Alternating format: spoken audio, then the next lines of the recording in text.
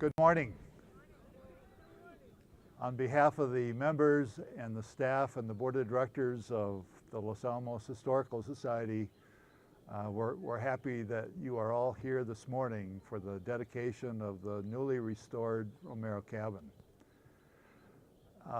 Before we begin, I want to call Mike Wismer up, the chair of the Los Alamos County Council, to greet this gathering on behalf of the Los Alamos community. Mike?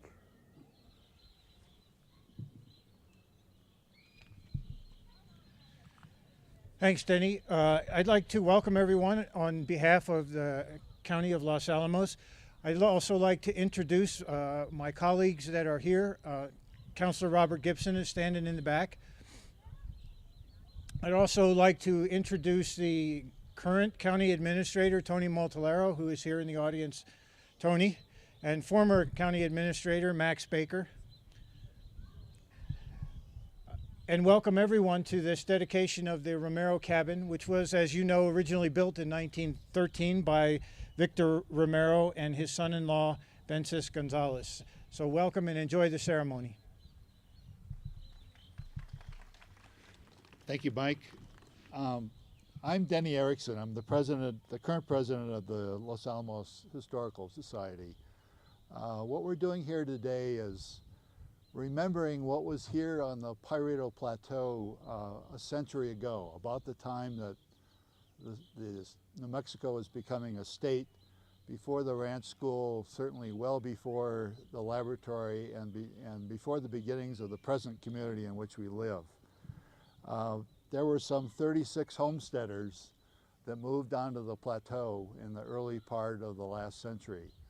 The Romero cabin was one of those, the Romero homestead was one of those many homesteads. A different kind of a community, a different time, a different place, a different history, but in fact a piece of the history of those of us that live here now. There are things that happened then that we need to know. There are things that were there then that we need to see, and this cabin is that thing. Before we begin, I want to introduce a few more people. I want to introduce Francis Levine, who's the director of the Museum of New Mexico in Santa Fe. Please greet Francis. And then I want to know whether Belle Grant Hill is in the audience. It doesn't look like it. Belle is a Los Alamos, longtime Los Alamos person that was born and raised in one of the homesteads, the Grant Homestead. So with that, we've got a couple of things we'd like to do for you this morning before we move to the ribbon cutting for the cabin. To tell the story of the quest to move the cabin from its original location, which was on Pirato Road, probably now where the road is that goes past TA55, the plutonium facility, we have Ellen McGee. Ellen is the laboratory's manager for historic buildings. She and Judy Machen and others have done yeoman service to tell the history of the quest to get this cabin here and to get it refurbished. So with that, I would like you to greet Ellen McGee. Thank you, Denny. Okay, yeah, we have to lower it down a little for me. Thanks, Denny. I've been asked to speak to you today because of my involvement in the Romero Cabin project almost 25 years ago. Doesn't seem that long ago, but the Romero Cabin is a very important part of my professional life. And indeed, the project to move the cabin from the lab to the downtown area was my very first archaeological project after graduating from college. At the time of my involvement with the project, beginning in October of 1984, the decision had already been made to move the cabin from its location along the old alignment of Pirato Road to its present-day location. Okay. The laboratory's contract archaeologist at the time, David Snow of Cross Cultural Research Systems, hired me to help with the site recording and eventual excavation of archaeological features located within the boundaries of the Romero homestead. The driving force for moving the cabin was the lab's decision to expand operations at TA-55, the lab's plutonium facility, by constructing a new nuclear materials storage vault near the location of the cabin and realigning Pajarito Road to the south. David Snow, working with the Department of Energy and with Colleen Olinger, that may be a familiar name to you guys, from the laboratory group HSE-8, helped complete the necessary consultation with the New Mexico State Historic Preservation Division. And the Los Alamos Historical Society, then represented by Society President Phyllis Norman and First Vice President Dr. Russell Shaw, agreed to accept ownership of the cabin. A related botanical study of the Romero homestead site was completed by lab biologists Terry Fox and Gail Cherney. And Dr. Shaw of the Historical Society conducted genealogical research. So, getting to the cabin. The Romero Cabin Project hired Anthony Crosby of the National Park Service to disassemble and rebuild the cabin. Mr. Crosby, along with his assistant Louis Anderson, also completed the HABS drawings, this is Historic American Building Survey drawings, of the cabin that are included in the new interpretive panels which will be installed at the cabin. And the drafts are over here for you to look at today, and I encourage everyone after the dedication, if you haven't already done so, to go look at them. After the cabin was disassembled at the Pajarito Road site, the logs and other architectural features were measured and documented. The logs that were too rotten to use because, it had been sitting there abandoned for a while, those were sectioned for tree ring analysis so we could understand the dates of when those logs were harvested. And then the good logs were set aside for use in the rebuilt cabin. The replacement logs were chosen from new but seasoned logs, so they had this sort of a gray look when the cabin was first rebuilt over here. But the original notching styles were replicated on these the new logs. The original foundation stones were moved to the cabin's present location. You can see those when you walk around the base of the cabin today, along with some of the original iris plants, which in the 1980s they were still blooming.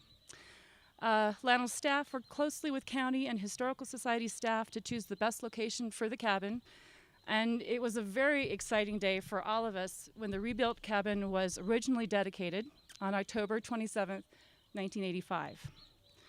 So the Romero Cabin project didn't end with the relocation of the cabin. Like I said, I was hired to help with the excavation project. The subfloor area of the cabin and areas immediately adjacent to the cabin were considered to be archaeological features, and they were systematically excavated. There was a very small log animal pen located to the south of the cabin that was documented, and several historic artifact concentrations were located in nearby arroyos. Those were also excavated. Historical artifacts at the site were collected and studied to better understand the homesteading way of life, and these artifacts were eventually cataloged and sent to the Museum of New Mexico in Santa Fe. So in addition to the principal archaeologists involved in the project, that would be David Snow, Alan Ferg, an archaeologist from Arizona, and me, my sister, Martha McGee, worked as a project illustrator and photographer, and there were several LANL technicians and summer students from HSE-8 who also worked on the project. Susanna Shanklin, that's also another familiar local name, was a graduate research assistant at the time at the lab, and she helped with the artifact analysis. And we also had several volunteers from the Los Alamos community who assisted with the excavation. Again, you may recall these names: Ken Ewing, Marge Frazier, Lee Sullivan, and Ed Wilder. So some of the most interesting artifacts recovered from the site were items that had been modified for reuse. There was a handmade acriba, which is a bean washer or a sieve, which had been made from reused roofing metal. And that's actually on display now at the Farm and Ranch Museum in Las Cruces. There are also strainers made out of abandoned or reused tin cans. In fact, there's a replica artifact, I think, on the table showing an example of what I mean by a reused artifact. And for an archaeologist, these kinds of artifacts were really interesting because they provided a glimpse into the make-do lifestyle that was required by those who lived on the isolated Pareto Plateau. So nothing was thrown out, everything was reused. It was pretty a hard way of life. There was a wide range of household and farming items recovered during the excavation of the cabin and the field areas, from ceramic cups and enamelware pans to glass fragments from the lantern chimneys, canning jars, leather pieces, horse bits and curry combs. A lot of these were rusted and in disrepair. Some of the artifacts, you could still see brand names, and those are probably recognizable companies to most of us today, like Martinelli's apple juice, Hunt's canned fruit, Calumet baking powder, Kerr canning jars, Listerine, and a lot of Ortega's chili cans. So the project didn't just include archaeological excavation. We looked at the homestead patent records for Victor Romero and his father David.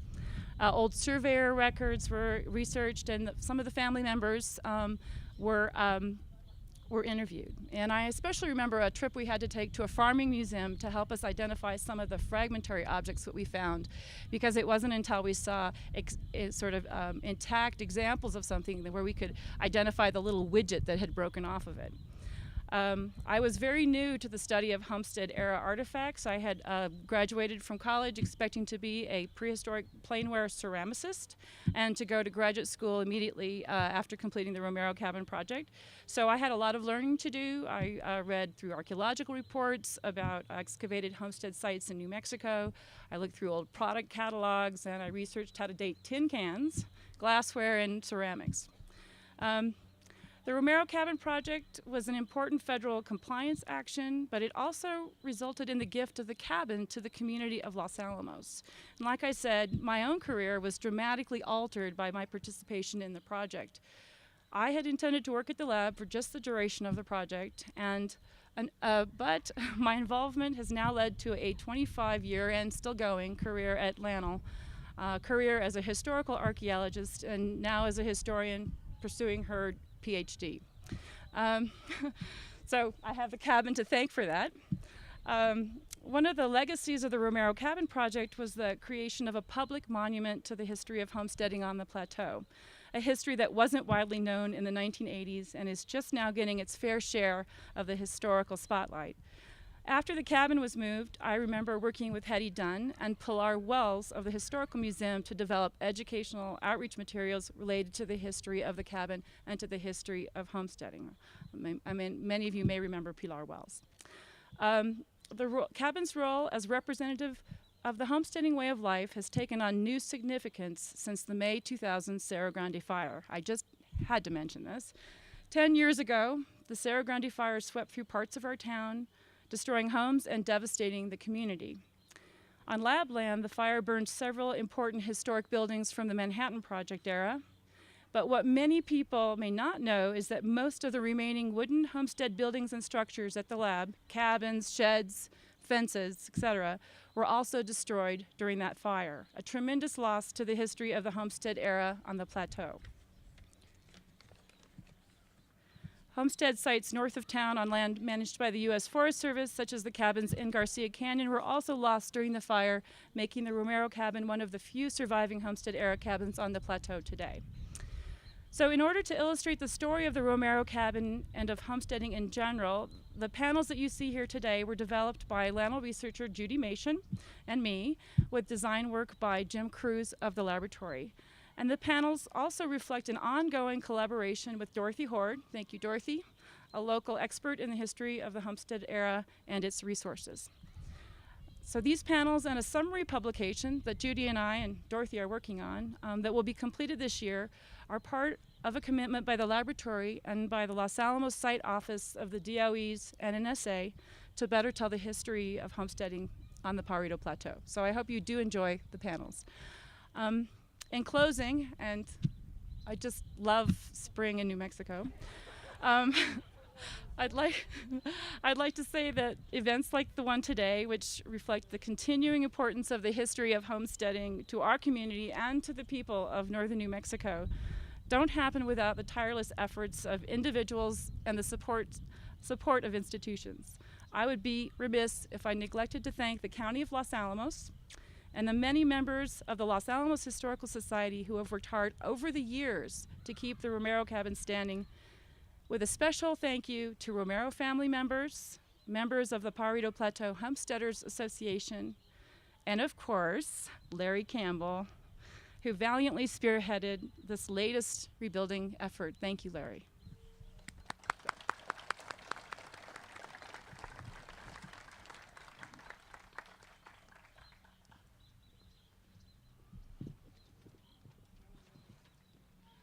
Thank you, Ellen.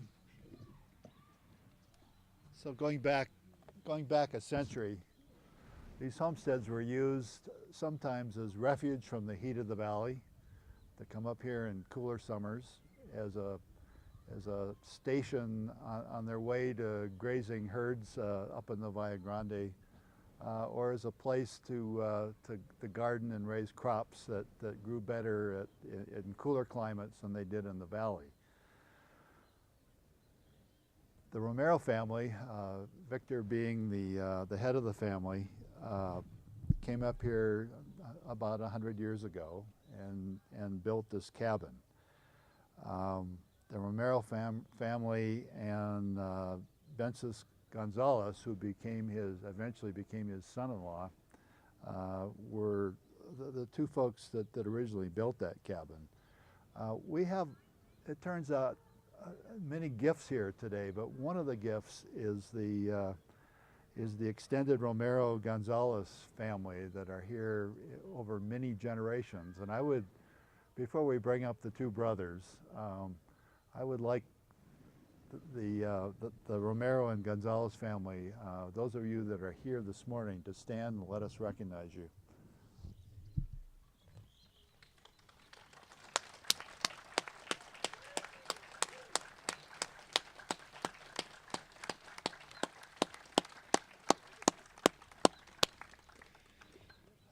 So to begin the second segment of our program, we'd like to bring up Joe Gutierrez, the president of the Pajarito Plateau Homesteaders, now incorporated, used to be the association, which is a group of people that had historic ties together, being homesteaders on the Pajarito Plateau.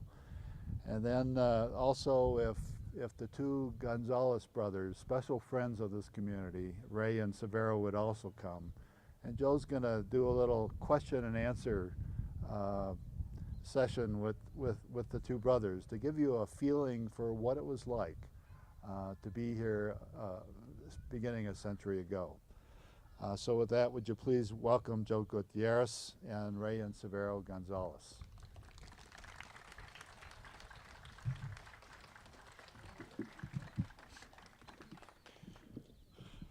Good morning, and thank you all for coming out and sharing this experience with us this morning. Ray, yes, what I'd like to do just briefly is just give you a note of how I became involved in this endeavor. In 1996, I had a young lady by the name of Regina Baca Garcia that came to me and made note of the fact that certain properties of the laboratory were in the process of being transferred from the laboratory possession to the community for development. And one of the things that she mentioned was that, well, you know, those properties really belong to a lot of the homesteads in her family that were here, you know, generations back. And she asked if I could help perhaps look into the possibility of obtaining some of those properties back or getting some form of reparation. At the time, knowing that it had been a condemnation, or so we thought it was a condemnation of the properties, I told her that I didn't think that there would be any possibility of that ever occurring, but that I would take a look at it.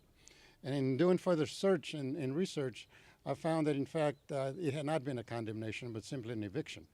And so that kind of got me started. And in further work, I learned that my father-in-law had also been, he and his family had been homesteaded up here.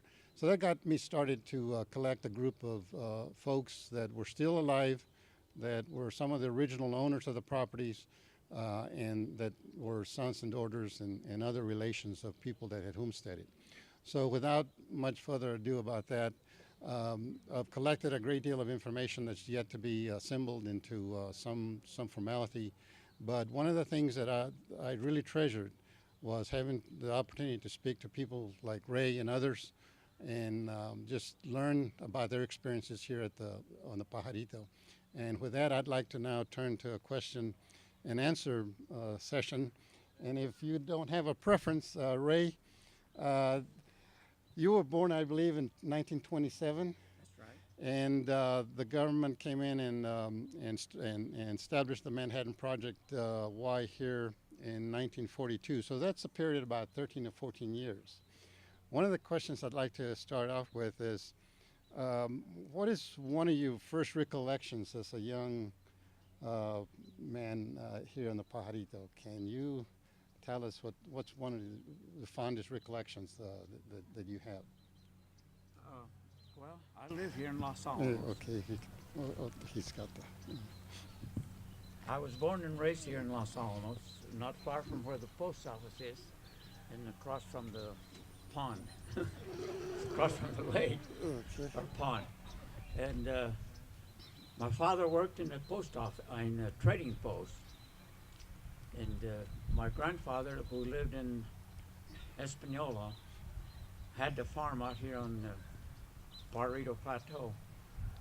And from there, as we grew up, I was about 12, 14 years old, Severo about 10 or in that age. The old cabin that they had there was falling down. That was a cabin that I didn't even see till we tore it down, because my grandfather and somebody else built their cabins then. This cabin was built, I'm saying in 38, 37, 38, maybe 39. And the vigas and all for this cabin were caught by Victor Romero's boys, David and Ernest Romero, and hauled them to the site where the cabin was. From there, the war in Germany was started, or in Europe, and they were called into the service. But instead of going to the service, they had a choice, either go into the mines and mining copper. And they left the vigas in the place by the cabin. My father, Benzes, and grandfather, and a fellow from Espanola or some, well, he lived in the Pajarito area before they tore them. They moved him out of it, but he moved to Espanola. They started putting the cabin together. And that's how the cabin started, and my brothers and I helped build the cabin. Mm. So that's one of your first recollections. Severo, back in 42, what's your recollection of perhaps the last time you saw the cabin, or you had an opportunity to be here back in 1942? Do you recollect what that was? Oh. Well, I have the same recollection my brother has, and okay. I've said so many speeches and told stories that I can't really add Too much more? much more. All those people here, I know, probably know more about what's been said Then you I can do, recollect? but Okay. Okay. Okay. You got to say something, Yeah, Severo. I'll hold the mic. Okay. well, Well, tell us something about the weather. About the weather? Yeah. I'm praying that it snows. Well, anyway, living here was a wonderful life. I enjoyed it, and I grew up here, and it's just as Ray says, I can't add Too much more. too much more. Well, to- Very good. I've got a little notice that I wrote this morning, and my daughter printed. I'll read it to you. I, Ray Gonzalez, and my brothers Severo and Victor Gonzalez, and my sisters Lauren, Stephanie, and Teresa, and all relatives of the Romero family, where I got it, lose it. Relatives of the Romero family and relatives that are here today want to thank the Los Alamos Historical Society, Hetty Dunn and all her staff, Mr. Campbell, and all the others that helped in moving and restoring the Romero cabin in its resting place. And also the governor, Bill Richardson. I thought he was going to be here, but I guess not.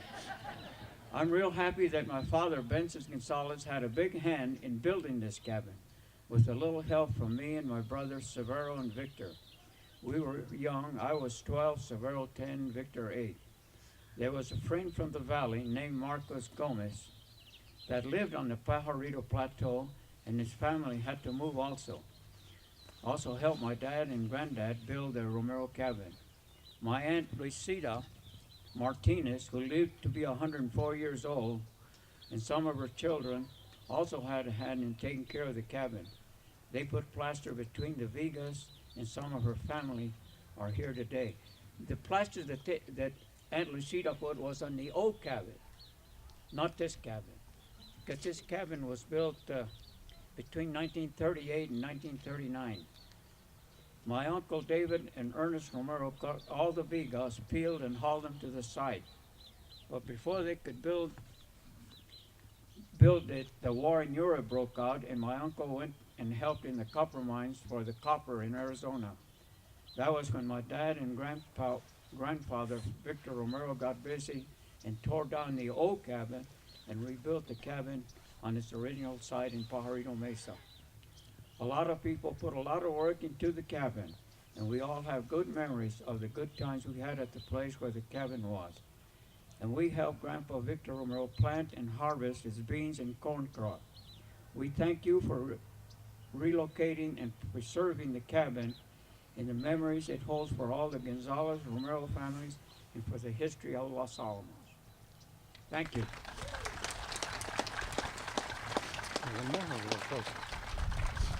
Well, Ray or Severo, can you tell us a little bit about some of the work that went on here that you all participated in? I know there was a lot of planning.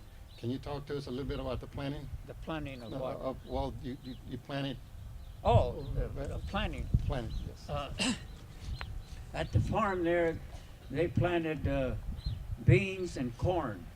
And in one period, people from Texas came, and I don't know if they were from the University of in MIT, not one of the big universities in Texas, and they brought some peas, sweet peas, the seed for to plant. And they asked my father at the trading post if he knew who could if they could purchase some land and have this peas planted. And my dad said, well, yes, his father-in-law couldn't have property, and he could talk to him to get the property so they could plant the peas. Well, they brought the peas, and he planted them. We helped him plant the peas. And when the peas was ready, and that particular year, it rained very well. Corn, peas, beans, everything grew. They came back in 2 big trucks and 6 people, and they pulled the peas. We thought we were going to have to pick the peas, put them in something. Well, they just picked the plants up, put them in the truck, and by 6 o'clock that evening, they had cleaned that part and cleaned some of the other farmers that had planted peas for this project that they were, the peas that they were planting to take to Texas. So what they did with them, I don't know, but it was some kind of project that they were working on, whether the peas would grow better in higher altitude or lower. So I never knew what happened to it. So and we did plant a lot of beans, that's mostly what they planted in Pajarito Mesa and Barrancas Mesa was beans and corn. So. Denny, are we? Okay, is that pretty well done? Well, Ray and Severo, thank you very much for your sharing your memories and thoughts. Okay. And with that, I'll turn this over to Denny. And thank you. Thank you, Joe. And thank you, Ray and Severo. We want to provide a couple of appreciations, and then we'll move on to the ribbon cutting. We actually have a champion for this project, and he's been mentioned several times already, Larry Campbell. Larry's been a longtime member of the Historical Society, its president, the chair of its Historic Properties Committee. He, in fact, has been both the ramrod and the spirit behind this effort. We'd like Larry to come forward and provide a few brief comments as to what this day means both to him and to our community of Los Alamos and northern New Mexico. Larry?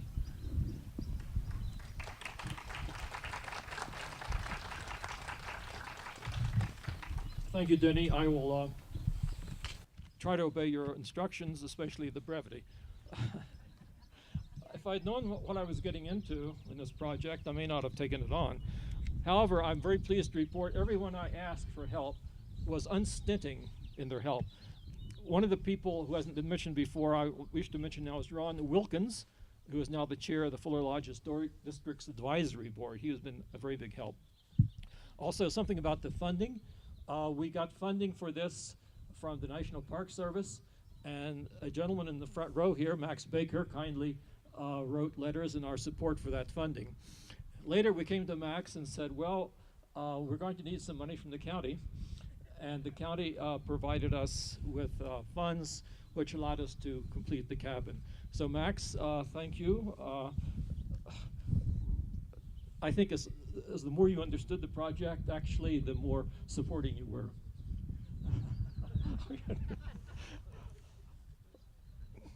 I'm very pleased. I wish to reiterate the pleasure we have of the Gonzalez family. Severo and Ray, thank you very much for coming. I mean, you're treasures. Also, I wish to point out that in the audience we have the prime contractor, Roland Casperson. Roland, you hold up your hand. He was the prime contractor for the restoration. And the person who had the log cabin building expertise par excellence is Joe Gallagher, and he came from far away to be here. He and his crew of 5, beginning May the 20th, 2009, actually took about 2 weeks to do the whole thing. They didn't have snow, but they had rain every other day, and I don't see how they did it. It was a marvelous performance, and thank you, Joe, so much. I don't think Luis Torres is with us. He was not able to come, but he and a crew of 2 did the interior plastering between the walls, as you see, using mud, which was very authentic, New Mexico mud from a special bank someplace. And there were 3 layers of plaster, of the daubing, I should call it, and each layer used a slightly different kind of dirt. And only an expert would know how to do that. All right, finally, I want to remind everybody that this cabin belongs to all of us. It's not just Hispanic or homesteaders thing. If you look at it very generally, I mean, this is the American story. And so when you appreciate this cabin, especially when you tell your children about it, this was a period in history which now is gone, but which in some sense we all passed through. I know my grandparents were farmers. Their house was slightly different, but when growing up on their farm in the summers, I knew about planting and cattle and that sort of thing.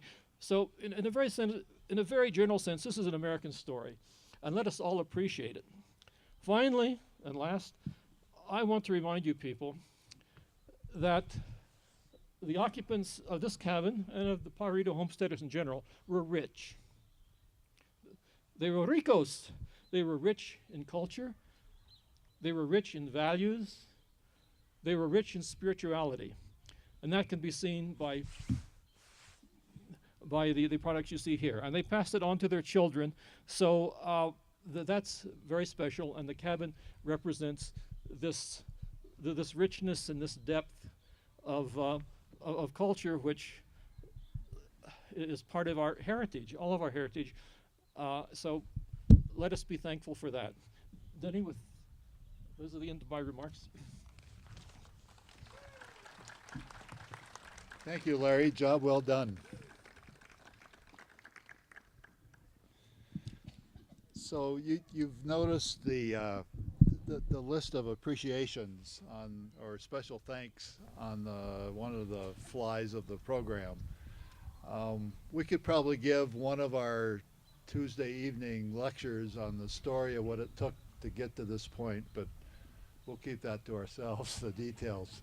It took a lot of people and a lot of collaboration to get to this point. Larry mentioned the county and the leadership of Max Baker and others, the laboratory, and Ellen talked about some of that. We even had Governor Richardson involved in helping us raise funds, the National Park Service, the New Mexico Office for Historic Preservation, and then the many people who have contributed things to the Historical Society's archives and collections. You're going to see some of those things in the cabin when you get in there, perhaps today or later this afternoon. It's been interesting and enjoyable to pull those things out of their hiding places and get them on display to see them. So the appointments in this cabin are things that come out of our collections, that come from the gifts of many people, including many of you sitting here this morning. So now we'd like to move to the ribbon cutting. We're going to have Larry and Ray and Severo actually do the ribbon holding and the ribbon cutting, but we want to back them with some of our special people today, including Max Baker as the former county administrator, Roland Casperson of Casperson Builders, Joe Gallagher from his special company now headquartered in Boise that did the cabin reconstruction, Joe Gutierrez, who you know, Kevin Hosapple on the part of the Los Alamos Chamber of Commerce, Alan McGee and Kurt Steinhaus, if he's here, on behalf of the laboratory, and also Mike Wismer. So if those people could move over to the front of the cabin, and the rest of us kind of get out here if we're interested in watching this. We'll do the ribbon cutting, and that'll end the festivities for the day. The cabin will be open for viewing the rest of the day. There's some activities for kids and other kinds of things that families may want to take advantage of. Thank you so much for this morning. This is a great moment.